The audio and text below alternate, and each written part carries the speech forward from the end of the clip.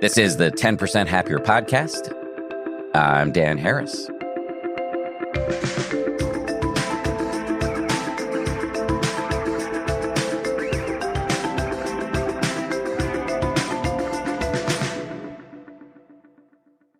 Hey, everybody. So many of us do so much suffering over the issue of time management.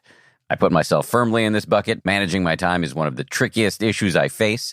Many of us feel pulled in a million directions, frayed and frazzled. We try to prioritize, and maybe it works for a little while, but then we fall behind inevitably, and then we're again left self-flagellating for being insufficiently productive. It is a toilet vortex, to borrow a phrase from my friend Evelyn Tribole, who borrowed it from Nabokov, I believe. It's a toilet vortex that can make us very unpleasant to live with, degrade the quality of our relationships, which then can reduce our capacity for time management, and then down you go.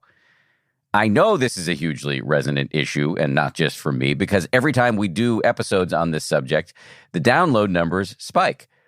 So much ink has been spilled on time management. So many books have been written. In fact, my guest today has written 6 of those books, and her latest whittles down all that she's learned over so many years of obsessing over time management to 9 strategies or 9 rules, although she uses that word rules in a very loose way. Laura Vanderkam approaches the topic of time management from both personal experience as well as research. She was initially drawn to this subject matter, and you'll hear her talk about this, because of her own personal experience juggling her career with the raising of 5 children. She went on to write such books as The New Corner Office, Off the Clock, and What the Most Successful People Do Before Breakfast. She also hosts a pair of podcasts on this subject. One of them is called Before Breakfast. The other is Best of Both Worlds. And her latest book is called Tranquility by Tuesday, 9 Ways to Calm the Chaos and Make Time for What Matters. In this conversation, we talked about why time is the great leveler of humans, how to begin thinking strategically about your time, why time management strategies are not only for people who are lucky enough to be able to set their own schedules, why rule number 1 in Laura's book is give yourself a bedtime, why she's a big believer that weekends and evenings do not have to be work-free zones. This is actually a big issue for me because I do some work on the weekends, and sometimes I feel guilty about it. Using exercise as a reset button during your day, why creating a habit does not mean you have to do something every single day, why we should aspire to build resilient schedules rather than perfect ones. This is actually a big and important rule that made a big difference for me in this conversation. The time management rule that Laura got the biggest pushback on in the process of her research, and why. And the rule Laura says all the other rules are jealous of. We'll get started with Laura Vanderkam right after this. Laura Vanderkam, welcome to the show. Thank you so much for having me. I'm excited to be here. I'm excited you're here. By my count, you've written 6 books on this subject. Is my math on here? I think that sounds about right. Yeah, I love time. It's such a fascinating topic. Well, okay, so 6 books, you call it fascinating. Whence the fascination? What's going on here? I think it's because we all have the same amount of time. It's one of the only things like that in the world. So, when you encounter people who are doing amazing things with their lives, professionally, personally, they may be smarter than us, richer, better looking, whatever else, but they don't have more time. And so I am fascinated about how successful people use these same building blocks that we all have to create these amazing lives, and what the rest of us can learn from that. So that's what I've spent those 6 books more or less exploring. Well, when you say we all have the same amount of time, obviously we have different lifespans. You mean nobody has 25 hours in a day? Nobody has 25 hours in a day or even 169 hours in a week, except for, when we fall back in the fall with the time change. So in the way we experience life, we have the same amount of space. Now, yes, obviously some people have longer lifespans than others, and there are many other things that come into play too. Obviously, some people have lives that are a lot more privileged than others or less, and the basic things we're working with, what we've been given to work with, are different. But fundamentally, we all do have the same amount of time. And there are things that other people simply can't do for you. I mean, much as people might like, no one can sleep for you. So even the most amazing people out there are still figuring out how they can get enough sleep, how they can do other things that only they can do. So that's why I find the topic so interesting. How much can we learn from people who are using their time more effectively, more successfully, more efficiently than we do, given the structural issues at play here, given that, I don't know, privilege is such a loaded word, but luck is a real, the luck of whatever womb we happen to emerge out of. Can I really glean lessons from people who have been way luckier than I have? Well, I certainly think we can, but a lot of my work has explored maybe not the people who are the name brands out there, but the people you kind of might meet in your normal life. So your neighbor who seems to have a thriving career and also a wonderful relationship with her family. Like, what is she doing? Right? Or someone at work that seems to always be able to meet their deadlines, yet doesn't appear incredibly stressed. What is that person doing? And those are the people that maybe we can learn the most from. Although I'd say even the big name brand people, if there are things that are very functional about their lives, something like building relationships. I mean, you can't really outsource the relationship building with your spouse aspect of life, for instance. I mean, you could try, but it probably wouldn't go very well. So there are still things that those people have to do in their time. And I find that fascinating to study. So is your work focused mostly on how we use our free time, or do you also look at how we prioritize within our work day?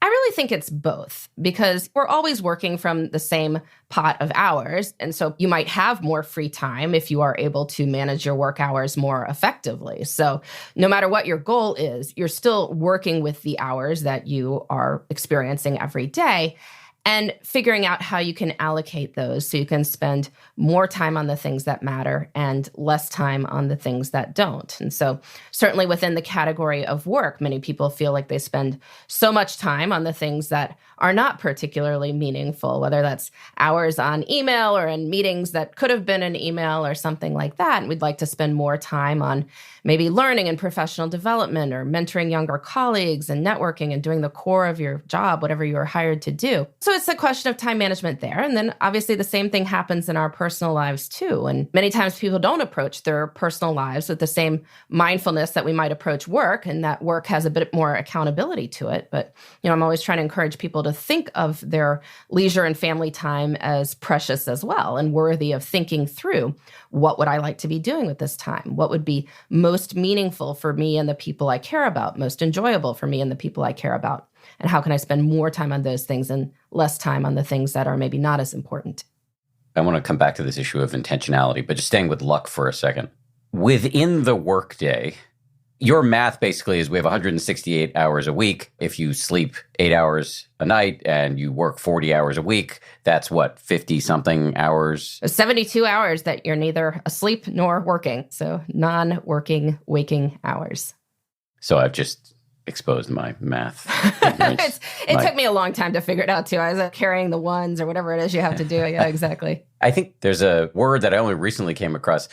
There's obviously illiterate, but there's also innumerate. And I think I may be the latter. Anyway, so I get your argument that if we're all working, even if we're working 60 hours a week, that's still quite a bit of free time that we have. And so luck or privilege is maybe a little less of an issue in this sphere. But within the workday, within our work lives, it does seem to me that luck/privilege does play a role. I mean, I am incredibly lucky. I don't have a boss. I really do set my own schedule. Very infrequently are requests coming over the transom that I can't say no to. So I'm just wondering, before we get into your 9 rules in this new book, just what about people who really have to work 2 jobs and aren't in control, don't have as much agency within their days? Yeah, well, certainly different people have varying amounts of agency within their time, different amounts of discretionary time. I mean, even people who may have shorter work days may have more responsibilities on the home front, right? And it's certainly not all leisure time in the sense of having complete control over it. That said, I do feel we all have some. I've had thousands of people track their time for me over the years. I haven't come across anyone who doesn't have some discretionary time in their life. It may not be as much as they wish. And in many cases, it's not as much as we wish, but it is some. And the question in life is, well, how can we use that some time that we have to feel most rejuvenated or happy with that time? And how can we make changes to ideally scale it up over time? And I've certainly have seen people within jobs where a lot is dictated to them, a lot of their time is dictated to them, slowly carve out bits where they can work on the things that they find most interesting, that they're the most passionate about. And generally, as you wind up having good results with that, generally people want you to do a little bit more of it because that's what you're showing results in. But even if not, there might be times when you know that things are going to be dictated to you. There may be also other times where you have a little bit more control. Maybe it's right after a big deadline has passed, and then there's a little bit more leeway then. And so it's about learning to recognize within your schedule when these things happen, being aware of it, that same intentionality. And if you track your time for a while, you do start to see these patterns. And when you see these patterns, then you can start to use them. I think another issue, and this may not be strictly a time management skill, but another skill for people who have demanding bosses that can be used is communication skills. To be able to say clearly without a lot of blame or a lot of dysregulation, to say, look, I can't do all of these things. You have this new request you're presenting to me. And so how would you, dear boss, like me to prioritize all of the things on my list? So that seems, and not to put all of the onus on the employee here, because it's really kind of the boss's fault, but there are things that the employee can do that kind of may step out of the range of pure time management and get into communication. Would you agree with that? Absolutely. I mean, there are always things we can do to try to make things better. And I know that self-help sometimes gets a bad reputation for this, of it being about what we can control, but we can't control other people. We can control our reactions. We can control our actions to things. And so it may not change everything, but if we can change things on the margin to make work feel more sustainable, to make our personal lives more enjoyable, then that is a big win. And so even if you can't solve all problems, being able to make some a little bit better can give people a massive improvement in their quality of life. Yeah, no, I completely agree with that. I guess maybe a self-help writer too. And the balance that people who do what you and I do is that you want to acknowledge the structural issues and also give people some strategies before the structures get changed that they can work more effectively within the current strictures and within their life. Absolutely. Can work for larger things to change, but at the same time, control what we can control. So let's just go back to intentionality because you brought it up, and I think it's a big theme for you. And I've heard this before from guests who really look at time and how we approach it, that it's in having an approach that we begin to start to see results. It's having a sense of, oh yes, time is something I need to think about strategically and decide what is most important to me, et cetera, et cetera. That just seems like a foundational insight from you. Am I heading in the right direction here? Absolutely. And it's funny that we don't think of it necessarily that way. Like we don't automatically have that sense of apportioning time to different things that we would with money. I mean, most people at least think about roughly how much they should be spending on housing or transportation, or can I afford this or can I not? Whereas with time, it's almost assumed to be infinite. Like people aren't necessarily asking, like, can I afford this with my time when we take things on or we put things into our lives? We just don't have that same mindset about how much time there may be that we have available to work with. And partly that's because time keeps passing. I mean, no matter what you do, the day will be over. There are 168 hours ahead of us in this next week, and eventually we will be on the other side of those 168 hours, and they will have been filled with something, no matter what you do. I mean, even if you were just shut in a closet for the entire week, the week will pass. And so because it does keep moving like this giant rolling river, it is hard to direct its course. And so in order to even start thinking about how you could maneuver your craft down this rapidly moving river, you have to have an approach to it. As you said, be mindful of it, be intentional about it. Actually ask yourself, well, where is my time going now? Where would I like it to go? What strategies can I use in my life in order to make those changes possible? As I said, we're going to get to the 9 rules in your new book. But while we're talking about this on a high level here about thinking strategically about time, how would we even begin to start thinking strategically about our time?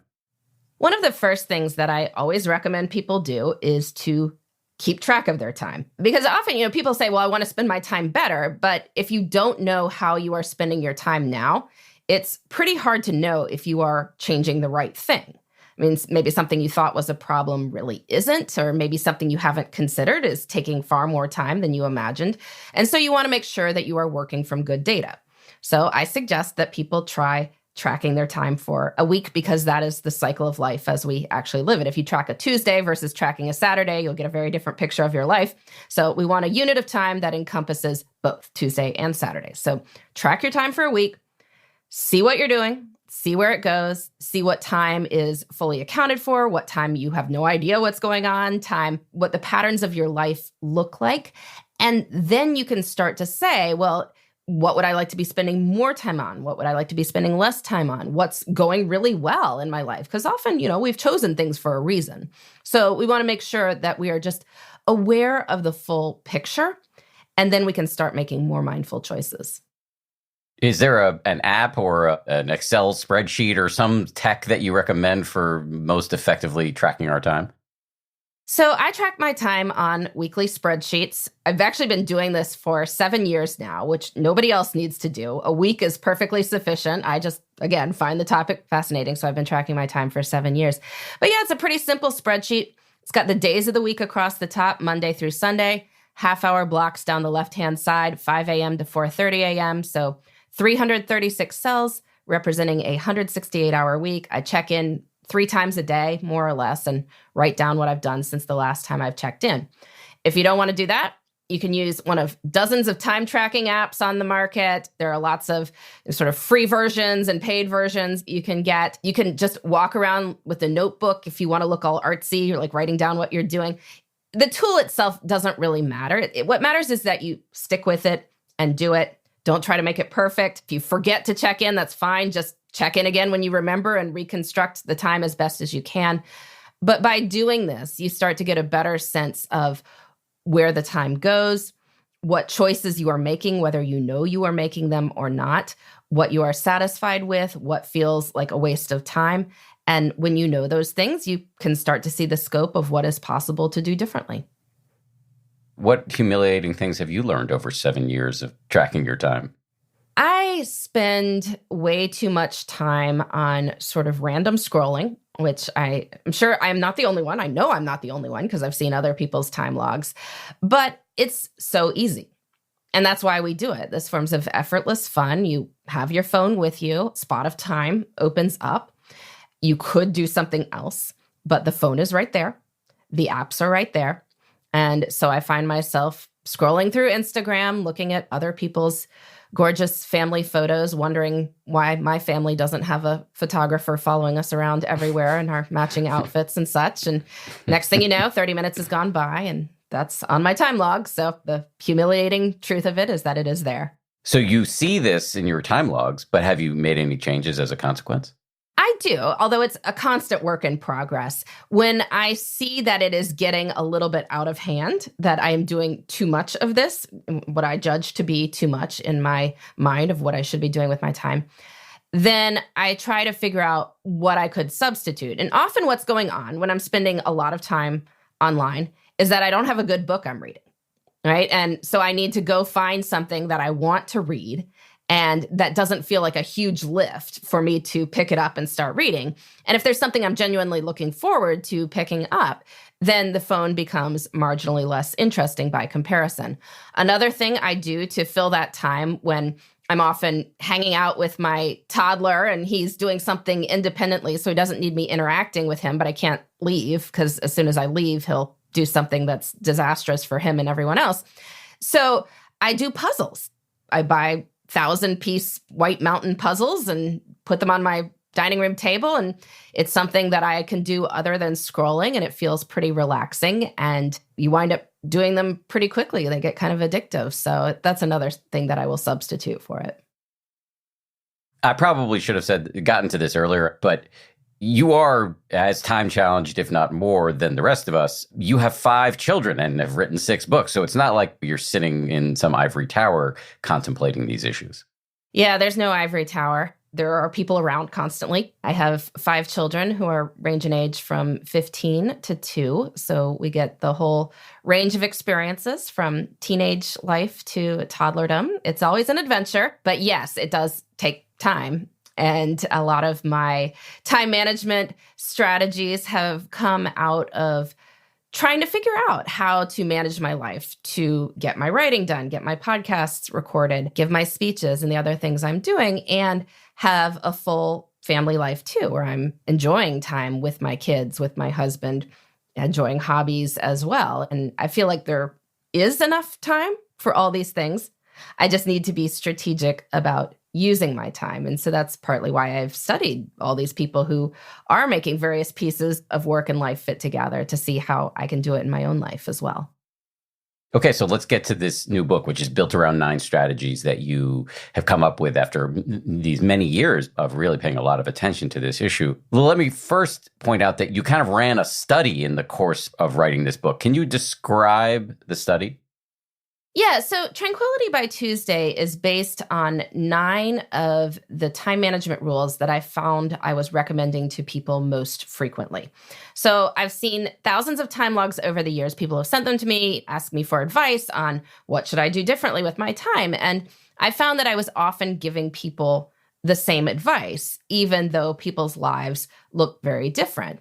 And so I decided to hone these strategies down to sort of 9 rules that I think are broadly applicable and will help most people spend more time on what matters and less on what doesn't. And since I write self-help for busy people, I wanted to make sure that they worked. So I recruited 150 people to participate in what I called the Tranquility by Tuesday project. And each week, they would learn a new rule for 9 weeks. And I would ask them questions about how they plan to implement it in their lives. I would ask questions a week later about how it went. I could measure them on various dimensions. I developed a time satisfaction scale looking at various different things. If people were happy with how they were spending their time professionally, personally, were they getting enough sleep? Did they regularly have time just for them? Were they making progress on their goals? All these questions. And I could measure them on those various dimensions over the course of the 9 weeks. And I found that when people followed these rules over 9 weeks, or at least tried to, their overall time satisfaction scores rose by 16% over the course of those 9 weeks. So that was cool to see. With 150 people, that's a statistically significant rise. And most of the book is made up of their observations as they tried to implement these rules in their lives. What worked, what didn't, what challenges did they face? How did they overcome those challenges? And hopefully people will find that helpful as they try to put these rules into their lives. Would this qualify as like peer-reviewed science, or is it just no? I don't think so. I mean, I have a professional research team. I mean, people who do have PhDs and publish things in peer-reviewed journals. But that wasn't necessarily how we set this up. I don't know that the people who sign up for a study that Laura Vanderkam is running are representative of the entire universe of humanity, for instance. So there's that. But they were pretty normal people, albeit those who are interested in self-development. One of the things I thought was cool is that many of these people, why do they find me? It's probably because they have read time management and productivity books or listened to such podcasts in the past.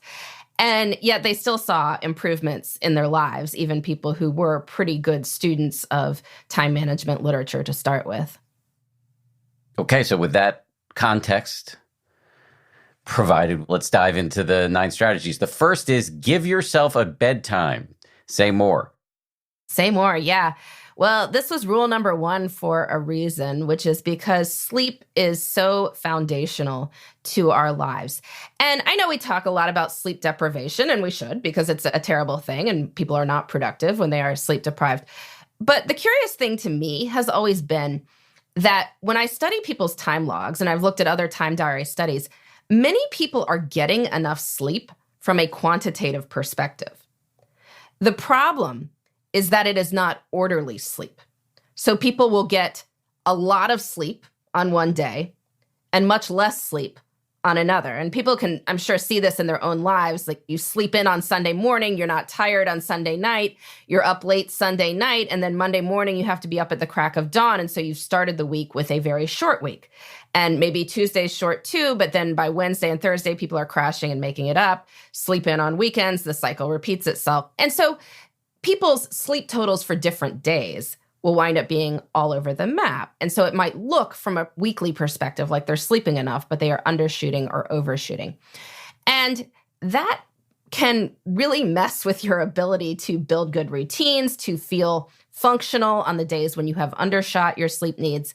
It is so much better to get the amount of sleep you need every single night. And most adults need somewhere between 7 and 8 hours. Some people need more, some people need less, but that's generally roughly where most people are. Many adults cannot actually move the time they wake up in the morning all that much. People have to be up for work responsibilities, family responsibilities. So the time that can move is when you go to bed the night before.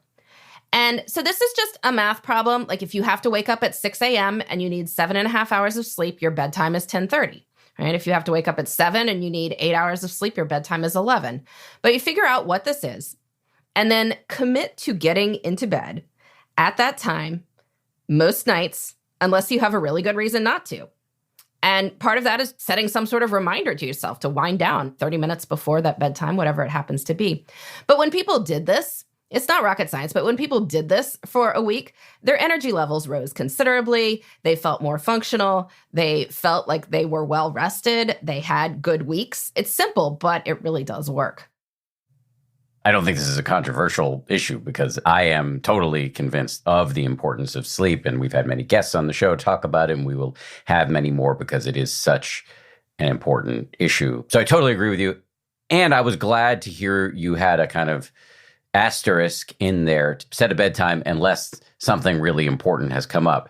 Because one fear I have about the emphasis on sleep, and this is a minor fear, but it's, I think, worth airing, is that it can run counter to another really important piece of advice, which is while you should be very intentional about your time and your sleep, you should also be very intentional about making sure you've got a lot of social interaction in your life. And so for me, I'm very intentional about my sleep and my time. And I put a high premium on seeing my friends because I know how happy it makes me. And so I went to see LCD Sound System the other night, and I didn't get to bed on time. And the next night I went to see an orchestral rendition of Biggie Smalls' music at Lincoln Center. It was unbelievable. And so I didn't get as much sleep. And I try not to do that 2 nights in a row, but I did because that's the way life went. And I feel good about that sacrifice. So is anything I'm saying offensive to you? Absolutely not. That sounds fantastic. I totally would have made those choices too. And if you have something on offer like that, you should take it. I mean, I will talk later, I'm sure, about having adventures in your life. That's a great idea to do these things that will be wonderful memories that you can look back on. But that said, that's not why most people wind up staying up later than they probably should most nights. We're not at Lincoln Center every night. It's more that we're hitting next in the Netflix queue, or we're scrolling around on Twitter, or we just are puttering around the house and sort of can't get ourselves organized to get to bed. And that's why we blow through the bedtime. And if that is what is going on, then by setting some sort of reminder to yourself, my bedtime is 11 p.m. So at 10:30, it's my moment of truth. Like, am I going to get in bed by 11? And if I don't have a good reason to stay up, then I go wash my face, brush my teeth, read for a little bit, turn off the light. But if I'm hanging out with my husband and we're having a grand old time, I will stay up a little bit later for that. Or if I am out with friends or at a concert or something like that, absolutely stay up late and make up the sleep some other time. It's all about balance. And I call these rules in Tranquility by Tuesday. They are guidelines, and you are still in charge. You do them when they make sense. When they don't, you do something else. Coming up, Laura Vanderkam talks about planning your upcoming week on Friday to help minimize the Sunday scaries, why she's a big believer that weekends and evenings do not have to be work-free zones, and using exercise as a reset button during the day to manage your energy and take a brain break. Hey, I'm Arisha. And I'm Brooke.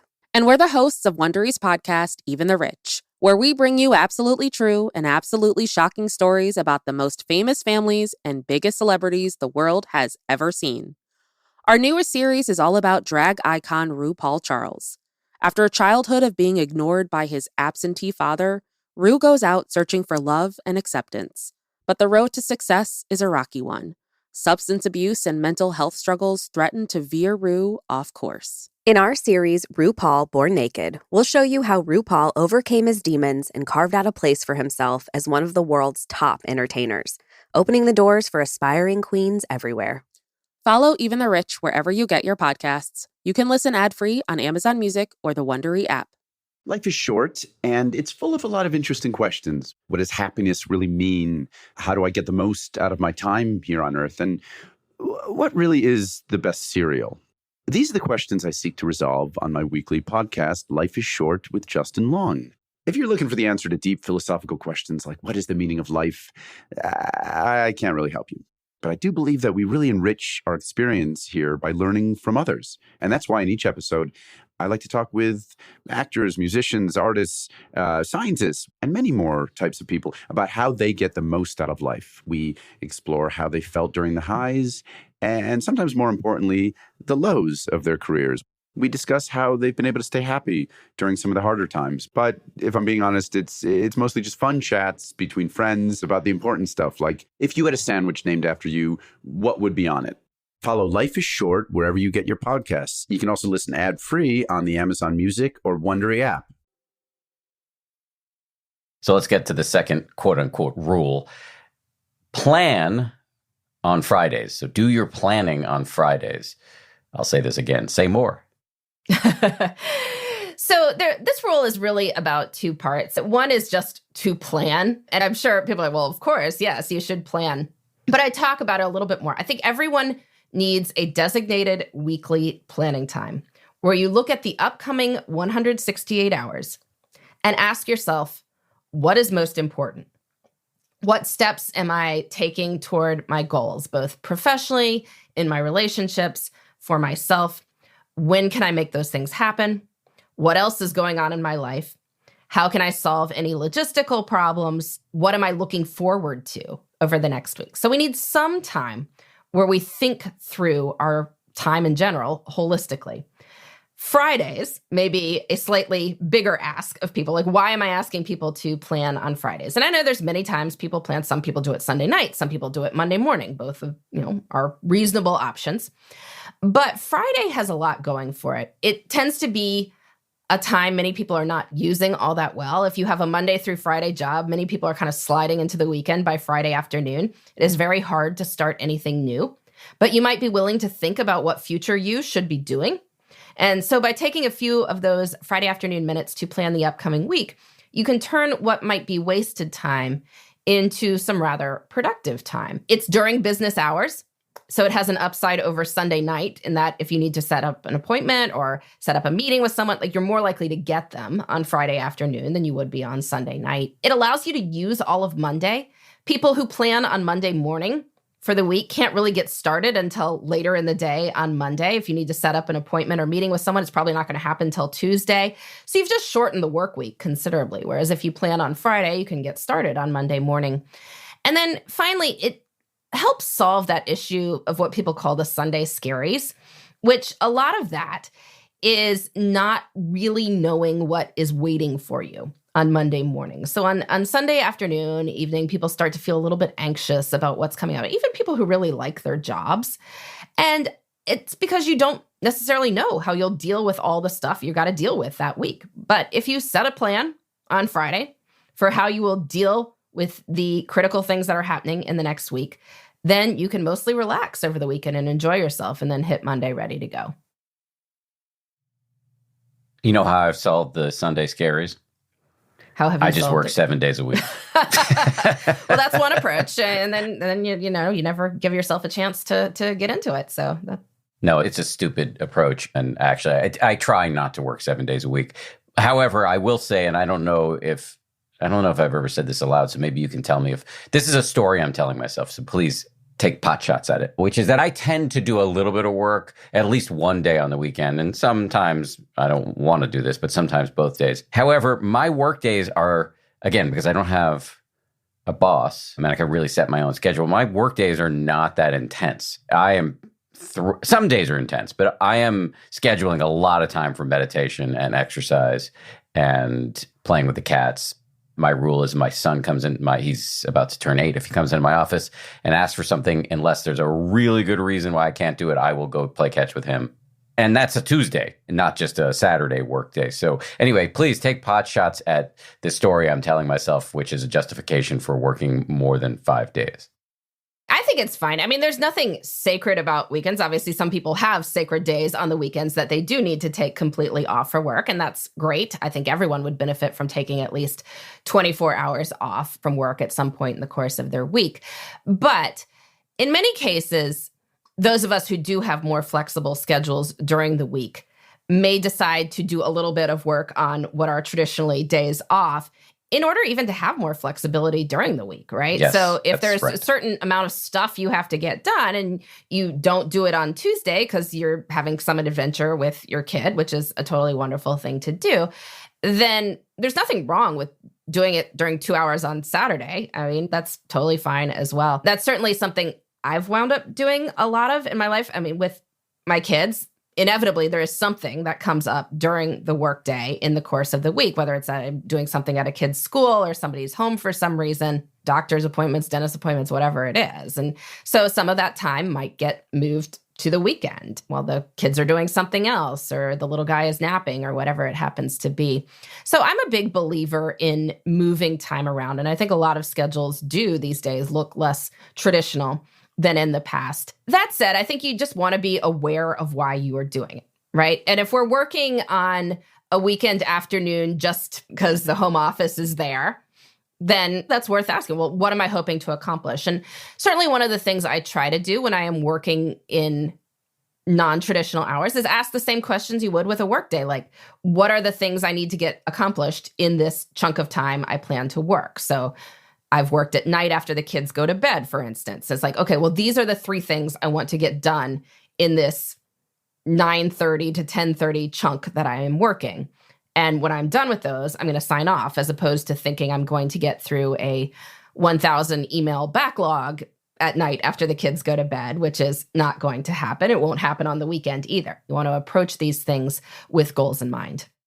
Yes, everything you've just said is really wise. Before I say more on this subject, I will say that the one thing I've seen increasingly in my own meditation practice is that the depths of my capacity for delusion appear to be bottomless. So I want to just have humility that I may be doing some justification here that is inaccurate. But I really do think that this thing about giving yourself permission to work a little bit on the weekends so that the rest of your week is saner and has the flexibility that I value immensely, the flexibility to meditate, the flexibility to exercise, the flexibility to end the workday early because I want to go see a friend in the city, all the things that I really know lead to a well-rounded life, and also the flexibility to leave, and I know we'll get to this soon, room for error, because as we'll discuss, nothing ever happens as quickly as we think. Nothing ever gets done as quickly as we think. Final thing I wanted to say now that I'm done with this self-justification, which again, you can, when I finally shut up, you can take pot shots at it. The final thing I wanted to say that's really helped me in terms of, because historically I've been really bad at time management and setting priorities and not burning myself out. It's been a major project of mine to get better at this, not just for my own benefit, but for the benefit of everybody around me.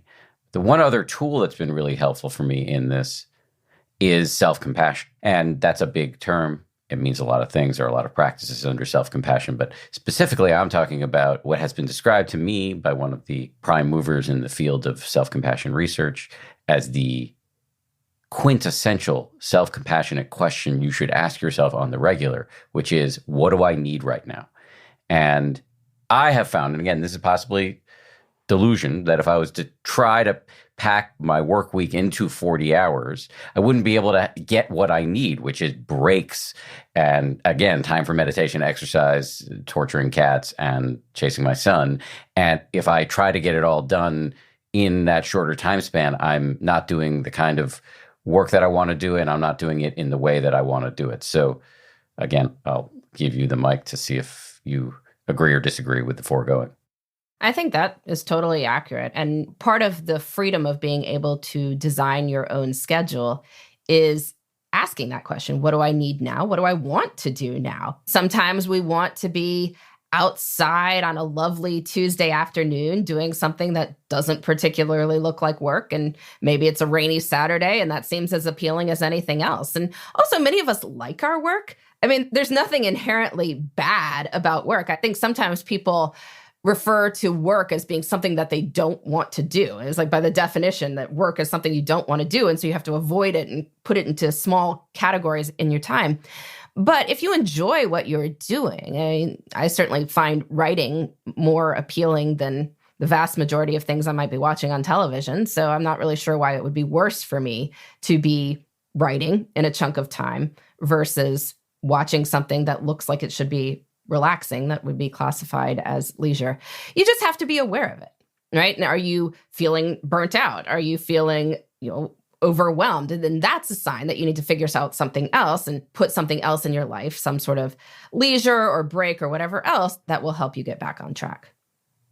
Not everybody listening to this conversation will be in a management position or a leadership position as it's traditionally understood within an organization. While I'm not anybody's direct manager, I'm obviously in a leadership position. My name's on the show. I do think about the impact my work style and work hours have on my colleagues, or I guess it's not the right word technically in my case to say employees, but if you're a leader in an organization and you have a style that involves working on Saturdays and Sundays, how do you ensure that doesn't have deleterious effects on the people around you because they may feel like they need to answer your emails or whatever it is? Well, one of the reasons I suggest people plan on Fridays is often you are reaching out to your colleagues or the people you're managing as you're trying to organize the next week.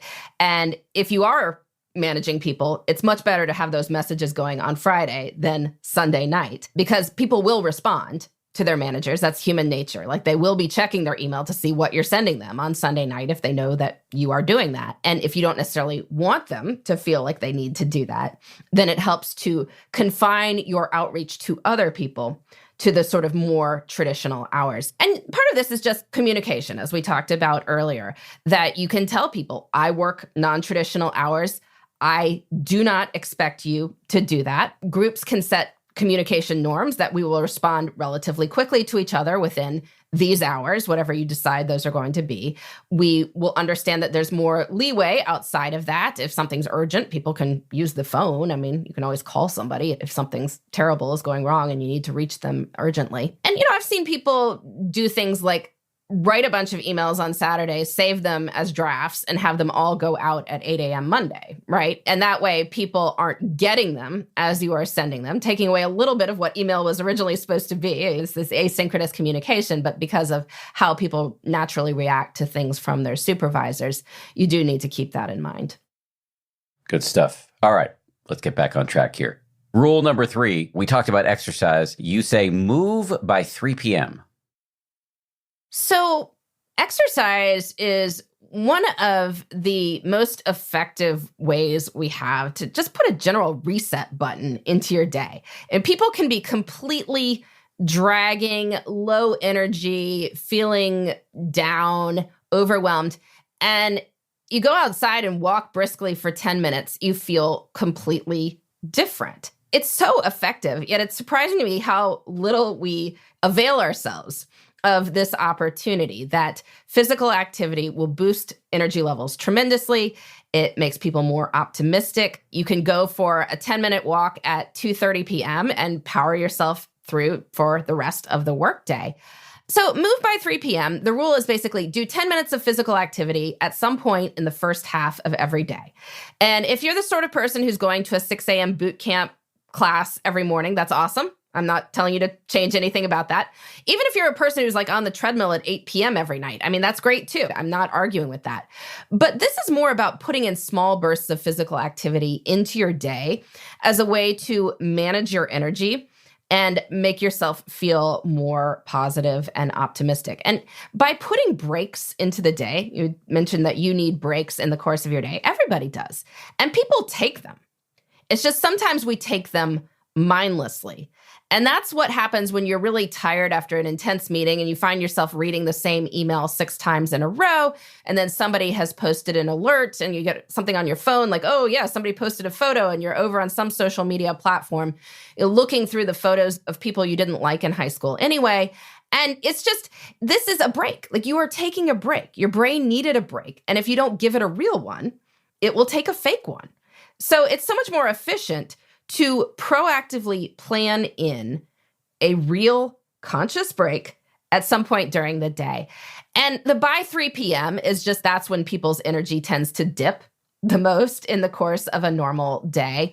And so if you haven't gotten your 10 minutes of physical activity in by 3 p.m., that would be a reminder to go do it around 3 p.m. And since that's the time when many people find themselves reaching for coffee, candy, cigarettes, other things to make themselves feel more alert, this is something that you can substitute with 0 side effects. Coming up, Laura Vanderkam talks about why creating a habit does not mean you have to do something every day and why thinking in this way can help us avoid all or nothing thinking, why we should aspire to build resilient schedules rather than perfect ones, and the time management rule that Laura got the biggest pushback on and why.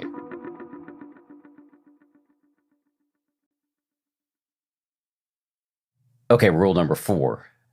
3 times a week is a habit. What does that mean?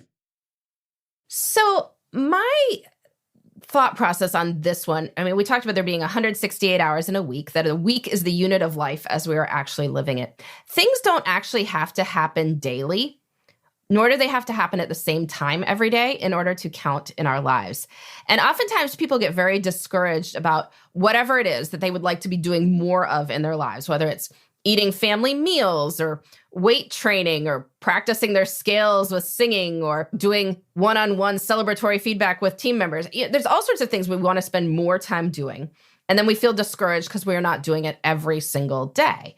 You get to the end of the day, you're like, I didn't do it today. I feel like a failure. But things don't have to happen every day. I maintain that anything that happens 3 times a week is a habit. It counts regularly in your life. It can be a part of your identity. And it's very helpful for people to have this mindset. It keeps us a little bit away from the all or nothing mindset that I find a lot of people fall into. But often when people look at their lives, they track their time, they find they are doing whatever this thing is that they want to do more of once a week. Maybe they're even doing it twice. So getting to 3 just involves small tweaks. It doesn't involve a total lifestyle overhaul. I mean, so for example, eating family meals, many people discover due to their work schedules, their kids' activity schedules, like they're not sitting down to a giant feast at 6 p.m. every night, Monday through Friday. But it doesn't have to look like that. Maybe, you have family pizza night on Friday night. You have a pancake breakfast on Saturday morning. And like there's one other meal that happens during the week somewhere. It's like, wow, you eat together regularly. Family meals are a habit. You are a family that eats together. So by encouraging people to think about something that they want to have regularly in their lives and then schedule it in for 3 times a week, we find that these goals tend to be a lot more doable. I do want to say to my 8-year-old son, Alexander, if you're listening, which almost certainly you're not, 3 times a week brushing your teeth is not a habit, my view. Having said all of that, I totally agree with you. And one of the things I often say to people who are worried about booting up a meditation habit is you should aim, at least at first, for daily-ish. Ish, yes. Ish. And 3 times a week is pretty often. I mean, yes, I believe you should brush your teeth more often than that too. But if somebody did 3 times a week, that would be a lot better than nothing. So if we're comparing it to nothing, 3 times a week is great for many things. Yes. So. And it really, you're sort of calling things a win that other people might call, self-critical people might call a fail, really comports with what we know about behavior change and the science there, that actually the most effective strategy for many of us when trying to create a habit is to start small. And no, I would say with that people often think about daily habits, but many of the times when people are talking about their daily habits, they aren't doing them daily. Many people will call something a daily habit that they are doing Monday through Friday, but that isn't daily, right? That is 5 times a week. And we take 2 days off from whatever it is and don't even bat an eyelash about, but that's not daily. Like to me, daily is 7 times a week, holidays, vacations, everything else. And if people who call something a daily habit aren't doing that, then we're really just arguing about how many times per week is acceptable to call something regular in our lives. And so 3 strikes me as good a number as any. That's what I certainly try to aim for. And I've seen this in my own life too, that I've been getting back into playing the piano. We moved about a year ago, and the gentleman we bought this house from left his piano, and we bought it off him. It was great. So now I have a wonderful piano that I can play. And I set a goal to play 3 times a week. And that has been very motivational for me. Often I find that I've played twice in the course of the week as I review my week, and I'm like, I could fit in one more time. And so that nudges me to go do it a 3rd time. And so I'm playing more. Whereas if I have to find a space for this every single day, it just wouldn't happen. I mean, I travel, like my piano doesn't travel with me. Days get busy. By the time I sit down to play, somebody's asleep. That wouldn't really work. So by setting it as a reasonable goal, we are more likely to stick with it. And I had people who tried this rule out find themselves actually doing something all 7 days of the week because they had taken the pressure off. Right. And it was no longer like, I have to do it daily. And then, but it was like, no, I'm just aiming for 3 times a week. Everything else is a bonus. And they found that they liked it. So they did more. Yeah, that's what happens when you switch from extrinsic motivation, doing it because, the society or some author or podcaster has told you to do it, to intrinsic motivation of, oh yeah, I did it a few times. I really like it. I'm just going to keep doing it because I like it. And so it no longer has as much pressure, or you're just doing it for fun. Exactly. Rule number 5, create a backup slot. Yeah, this is a real mindset shift for some folks. I am somewhat of a pessimist. I assume things will go wrong, and I try to build my schedule to account for that fact. But I have learned over the years that many people are wildly optimistic, and I wish I lived in their worlds where, you always get to work on time. There's never traffic. It's never raining. Flights are never delayed. No one ever gets sick. Your vendor doesn't forget to show up. There's so many things that can go wrong in life. And if your schedule requires everything to go perfectly in order to work, you're going to get off track very quickly. And people can get very frustrated about this. And, it is frustrating. We make time for our goals, theoretically, and then life happens, life intervenes, and we can't do it for one reason or another. But I always say anyone can create a perfect schedule. The true time management masters make a resilient schedule. And building in a backup slot is key to this. If anyone has been invited to anything that happens outdoors in the summer, you've probably seen on invitations for bigger things that sometimes they'll put a rain date. And this is really an incredibly brilliant scheduling concept if you think about it. The organizers of your outdoor event are acknowledging that much can go predictably wrong outside. Like, it's right there in the rain date name. Like, rain could happen. But there's no question of whether the event will be rescheduled or for when. Like, it will be on the rain date. So if you want to go to this thing, not to put anything unmovable in the second slot. And by setting a rain date, you vastly increase the chances that the event happens, even if not when originally scheduled. And so in life, if we want to make time for the things that matter to us, we need a lot more rain dates, right? We need second spots, backup spots for anything that is truly important to us. And so I encourage people to really think about this. Don't just carve out a time for whatever your priority is. Carve out a backup time. So, you plan to meet with an employee at 10 a.m. on Tuesday about something you really want to do. It's not urgent, but it's important that you're talking about. And of course, you have some major client emergency at 9:30 a.m. on Tuesday. Well, when does it get rescheduled to? Like, if you both know that ahead of time and you've both blocked that time out, it's going to happen. Whereas if you don't happen that, it just keeps getting pushed forward week to week, and people find this incredibly frustrating. Now, obviously, it gets a little bit unwieldy to have backup slots for absolutely everything we're doing. So you can approximate this by just building in more open space in general. The more open space, the better. People feel like, oh, I should schedule every minute, but then stuff gets bumped and stuff doesn't happen and stuff runs over. I mean, if you have open space, you can not only get caught up, so you're not late and rushing, or if emergencies happen, you have somewhere to put what the emergencies bumped or put the emergencies itself. But it also allows you to seize opportunity. Like if something cool comes into your life that week and somebody wants to have a conversation that you didn't know was going to happen, you've got a spot to put it. Or if you want to, if some big project like lands in your lap, you don't push it away. You've got a spot to put it. This is acknowledging that we do not know at the start of the week everything that we will need to do by the end of it. So by building open space, we can accommodate life as it actually happens. Yeah, I really like this. I find that I'm looking at my calendar a lot, thinking about what's coming up and can I get everything in that I want? And when I see open space, especially if I'm trying to figure out, what's my day looking like tomorrow? When I see open space, it just reduces the Sunday scaries or the Tuesday scaries or whatever it is, because the day doesn't look as torturous. And so I've gotten really disciplined. And again, I want to acknowledge that I'm very lucky, et cetera, et cetera. But I've gotten pretty disciplined about not even having any meetings on my calendar, ideally until 1, so that I can write and get in my exercise and meditation. And then in the back half of the day when my brain isn't as sharp, I can talk to you and let you do most of the work. Yeah, or that's a great idea for people who do have that level of control. As you said, making Fridays more open. Often people work in organizations where Fridays tend to be a slightly lighter day. So if you can carve out open space on Fridays, that might be helpful.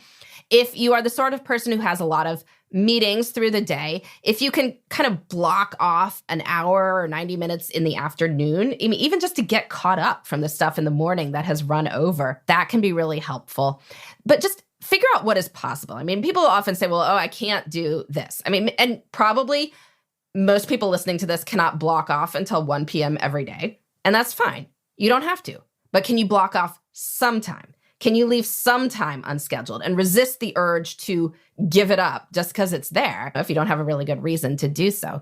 But one of the best images I have, that somebody who participated in the project told me that when they did this for a week, that they just actively put more open space in their life, said no to more things, or just didn't push in more meetings that weren't urgent to happen. They said they felt almost too relaxed. I was like, okay. She said, but I got everything done for the week. It's not like there's some big project that didn't happen. I actually got everything done I needed to. So the feeling of being too relaxed was just, she had been living the equivalent of paycheck to paycheck in her life where time was concerned. And if anyone has had that experience in terms of money, it's obviously very stressful. And then if you suddenly get a little bit more money coming in, or a big bill is suddenly gone, right? You just have a little bit more breathing room.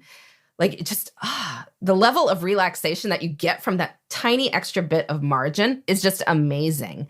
And so having that space allowed her to experience far less stress. And I think other people will find the same thing. It's like that joke about the guy who's banging his head up against the wall and somebody says, why are you doing that? And he says, because it feels so good when I stop. So it'd be better if you weren't banging it in the first place. But if you are, figuring out how you can stop is a great next step. Rule number 6, one big adventure, one little adventure.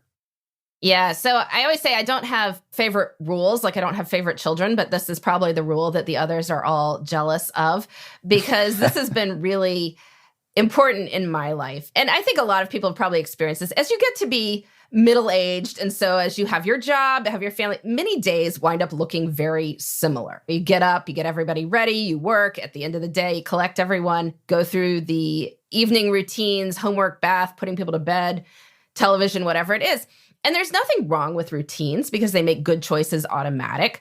But when too much of this sameness stacks up, you wind up feeling like whole years are disappearing into these memory sinkholes where you have no idea where the time went. And people are like, where did the time go? Is it January again already or whatever it is? You don't say, where did the time go, when you remember where the time went. And key to that is putting memorable things into your life. And so this rule of doing one big adventure and one little adventure a week is about having a good cadence where you're not going to be exhausted or bankrupt. Like if you were trying to fly internationally every week, that would not be sustainable. But by doing some adventures in your life, you create memories. So a big adventure, 3 to 4 hours, something you could do on half a weekend day. Little adventure, less than an hour, doable on your lunch or a weekday evening, just as long as it's out of the ordinary, something novel, something you'll enjoy, something that's memorable. And this rule does a couple great things for people. One is you start looking for opportunities to do cool stuff. because you need to have your 2 adventures in the course of the week. But you also find that time moves a little bit more deliberately. Like the week didn't just disappear. It's like, well, that week was like every other week. It's like, no, that's the weekend that we went hiking on the beach, or that's the weekend that we tried that new Italian place, or that week that we had a picnic with our friends. And when you have those memories, time feels a little bit more rich and full. Why is this the one that all the other rules are jealous of? What is it about you and your life that makes this so resonant? Well, I do try to create memories. I think time is not just about what we are doing right now. There's dimensions of it that are moving forward and that are moving backward, that we have the self that is looking forward to what we will be doing in the future, the self that is remembering what we have done in the past. And these selves all have different motivations. Like, I would love to have memories of having done awesome things, but that means that current me has to get up off the couch and do them, right? So there's always that bit of a tension going on.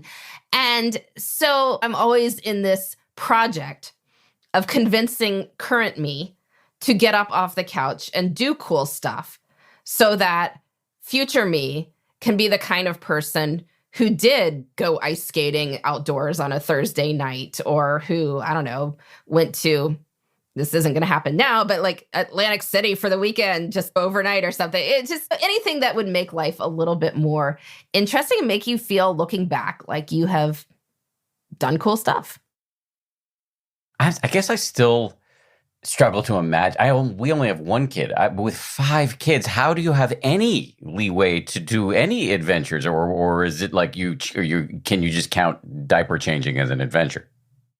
Well, sometimes that is an adventure with a very active toddler who doesn't want it changed. So that's its own special adventure. I'm generally thinking adventures I might want to do. Something that is novel, interesting, out of the ordinary, makes a good story afterwards. It's where the planning really comes in handy, that I have very intense developed schedules for everyone's activities, where things are going. But as part of that, when you plan out like who goes where at what point on the weekend, you might see that, hey, Saturday from 4 p.m. on is actually open for everyone. And we could do something. Is there something we want to do?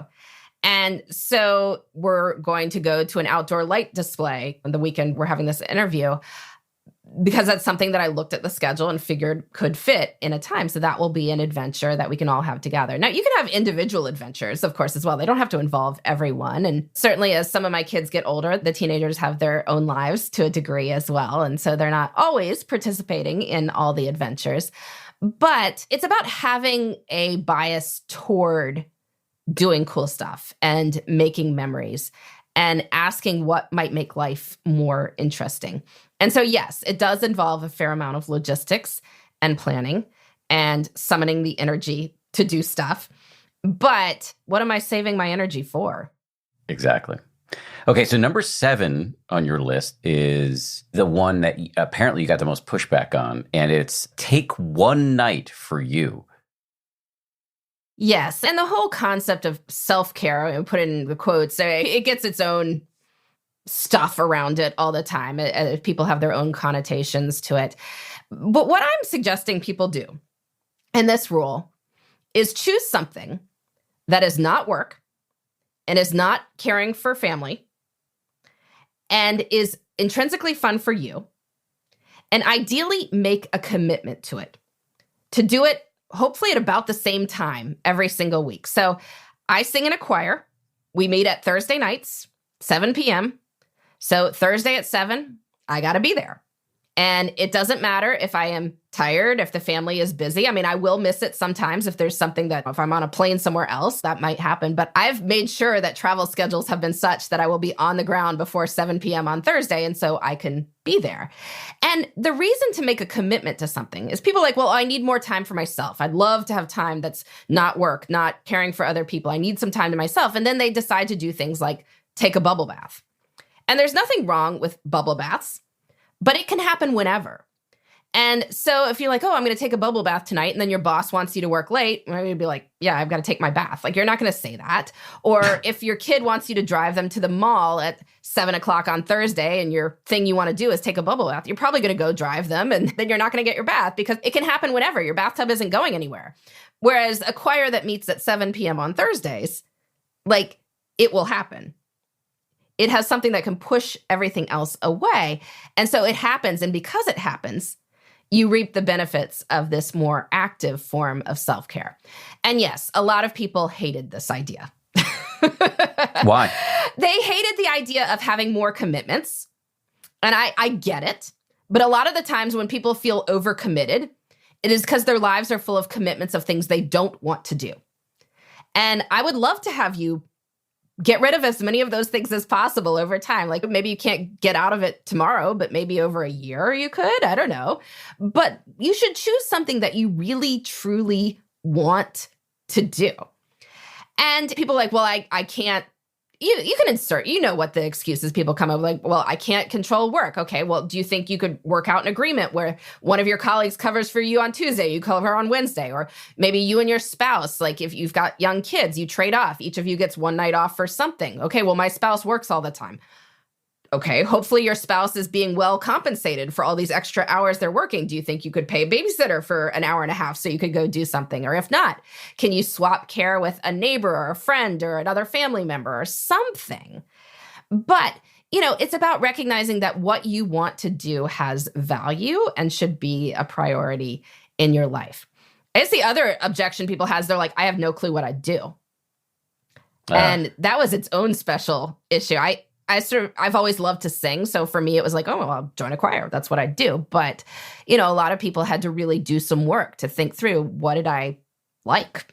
What is there to me that is not work and is not caring for family members? And might take some effort, might take some trial and error to figure it out. But I do think that over 6 to 12 months, you can probably find something. And when people did this, like, they became pretty evangelical about it because it winds up being a focal point of your entire week. Like, you have a rough night on Wednesday and Thursday is your night off. Like, you're looking forward to it. You can pace yourself through Wednesday because you're getting there. You said this to my colleague, Gabrielle, who's producing this episode. You and Gabrielle chatted before this interview, and I saw the notes from that chat. And you said something that resonated with me to Gab, which was that when we're having outsized reactions to something, when we're really resisting something, that is usually a signal that we should take a look. As my executive coach, Jerry Colonna, says, if it's hysterical, it's historical. And so I think you're right. I think when people are having this resistance to this take one night for you, it may be a sign that we should take a look at what's underneath that resistance. Yeah, and there's many things at play. I mean, sometimes it's just arrogance that no one in my life can function without me. If I'm not actively involved in this, that everything will fall apart. And the flip side of arrogance is fear, which is that I worry if things operate without me smoothly, then what's the point of me? And I'm sure there's a lot of stuff there that we could unpack for all of us. You can unpack that and maybe, hopefully, get past it. Then there is a lot of fun to be had in a world where you don't have to be actively managing absolutely everything all the time. You get to do stuff that isn't work and isn't family and is fun just for you. And it can make life feel entirely different. Rule number 8, batch the little things. So this is about creating a designated time for all those tasks that have to be done, but aren't our top priority. And I think many of us feel pulled in a million directions because we have stuff we want to do or need to do, and yet we have to fill out these permission forms, and you have to call the plumber, and you have to make an appointment, and you have to fill out that form from HR, and you have to schedule that meeting. And people can feel like they never have time for anything, that their entire lives disappear into this minutia. And there's a couple things going on. I mean, yes, they do have to be done. But by setting a designated time where you tackle all of these, you can leave other time open for either deeper work or for relaxation, right? So on the weekend, instead of jumping from thing to thing, you like designate a chore window. Like, I'm going to do everything between 10 and noon on Saturday. And if you find yourself looking at a dirty floor at some other point, you're like, no, there's a time for that. Now is not that time. I can relax. And so this allows people to have more space that they don't feel like they have to be doing something else. But there's another side of this, which is that many of us are telling ourselves we would like to be working on this deeper project or whatever it is. And then we're like, oh, I'm getting frustrated with it. Let me just go order that present on Amazon, or let me just go fill out that form from HR. And by removing that temptation to get the easy win, we allow ourselves to sit with the more difficult stuff and hopefully get our bigger wins in time. That makes a lot of sense. As somebody who writes and, unlike you, hates writing, the temptation to go off and do other things is immense. And I like this idea of taking some of the temptation, even if it's just filling out an HR form, off the table. In the name of time, just because we're running out of it in our encounter here, let's get to rule number 9. Effortful before effortless. So we talked about this a little with my scrolling online. Many of us, even incredibly productive people, can wind up falling prey to the temptation to spending more of our precious leisure time on these sort of low-value activities that, in the abstract, we wouldn't necessarily choose. Like, I mean, people look at the screen time function on their phones and are just appalled. Like, how I did not spend 3 hours a day on my phone. It's like, well, I don't think it's lying. It's just that it happened in little chunks of time or in low energy times or while I was waiting for something else. And you don't recognize how much of this time is adding up. In the abstract, people would love to read more, do hobbies, crafts, connect with friends. But when leisure time appears for many of us, it is either uncertain in duration, like you don't know how much time you'll have, or it's low energy times, like at night after the kids go to bed or things like that. And screens fit these constraints incredibly well. You don't have to plan ahead. Your phone's always with you. You don't have to do anything, actively engage with it. So we wind up spending more time on that. And there's nothing wrong with it. Passive leisure has its place. But in order to tilt the balance a little bit and spend more time on those things like reading and hobbies that people say they would like to do, challenge yourself to do just a few minutes of that effortful fun before you get to the effortless stuff. So if you are picking up your phone to go onto social media, read an ebook for 2 minutes, and then you can spend as much time on Twitter as you want. Or at night, the kids have gone to bed, you're about to load up Netflix, say, okay, I'm going to do a puzzle for 15 minutes, and then I can watch Netflix for the rest of the evening. And one of two things will happen. Either you'll get so into your effortful fun that you'll just keep going. And I had people try this. They're like, well, I caught myself about to go on Facebook. I started reading this mystery novel, and like 30 minutes later, I'm still reading the mystery novel because you want to find out what happened. And that's fine. Like, Facebook will still be there if you ever want to go back to it. But even if you do wind up switching over to the screens or the passive leisure afterwards, you still have gotten the chance to do both, right? And it changes the balance, and that tends to make people feel far more satisfied with their leisure. I mean, one of the biggest changes in my study, I measured people's agreement with various statements, and one of the statements was, yesterday, I didn't waste time on things that weren't important to me. And the scale, went on a 1 to 7 point scale, how much you disagree or agree. And scores on that rose 32% over the course of the 9 weeks. Like, when people were substituting reading or hobbies or other things first before they did the passive scrolling or television watching or things like that, they just felt more aware of their leisure time. They felt like they were spending it better, and they felt more rejuvenated. So that was a pretty big win. Lots of big wins in this menu you've set out for us in this conversation. We've covered a lot of ground. Let me ask you my 2 traditional final questions. One is there something I should have asked but failed to ask? I think we had mentioned about how I called them rules. And I want to assure anyone that I am not standing over you like with a ruler saying, no, you got to do this right now. These are guidelines. If you don't like the word rules, just call them suggestions. Stuff Laura came up with and tried on other people and they found effective. And so maybe you will too. And if something doesn't work for you, that's fine. But maybe it does. And if part of it works and you modify a rule, that's great. So I want to assure people. So the question I guess we could ask is like, do you have to do all this exactly? And absolutely not. No, if you try any of it and it's helpful, that's awesome. If it doesn't work, well, move on with your life. I'm glad to see you share my commitment to non-dogmatism. I think it's a good persuasion technique, actually. Final question is, can you please plug your latest book, any of your previous books you want to plug, anything else you're putting out into the world? Please just give us, for anybody who wants more of you, give us some options.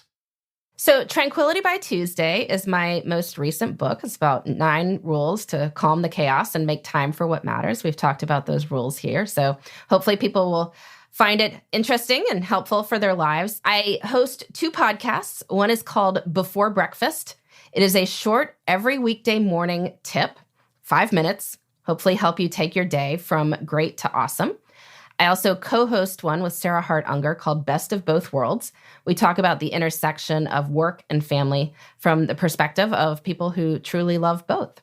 And if you want to learn about any of my other books, just come visit my website, lauravanderkam.com. You can find out about them there, and I blog several times a week. I'm still in 2006 when it comes to the internet. Like, I like blogging. I just write about my life a couple times a week and put it up there. We have a great comment section. People are very nice. So please come join the conversation. Thank you for joining this conversation. It was a pleasure. Thank you so much for having me. Thanks again to Laura Vanderkam. Thank you as well to everybody who works so hard on this show. 10% Happier is produced by Gabrielle Zuckerman, DJ Kashmir, Justine Davey, and Lauren Smith. Our supervising producer is Marissa Schneiderman, and Kimmy Regler is our managing producer. Scoring and mixing by Peter Bonaventure of Ultraviolet Audio. We'll see you soon.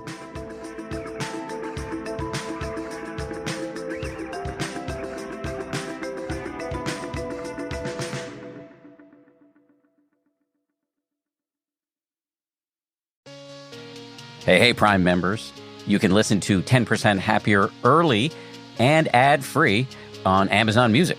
Download the Amazon Music app today. Or you can listen early and ad-free with Wondery Plus in Apple Podcasts. Before you go, do us a solid and tell us all about yourself by completing a short survey at Wondery.com/survey.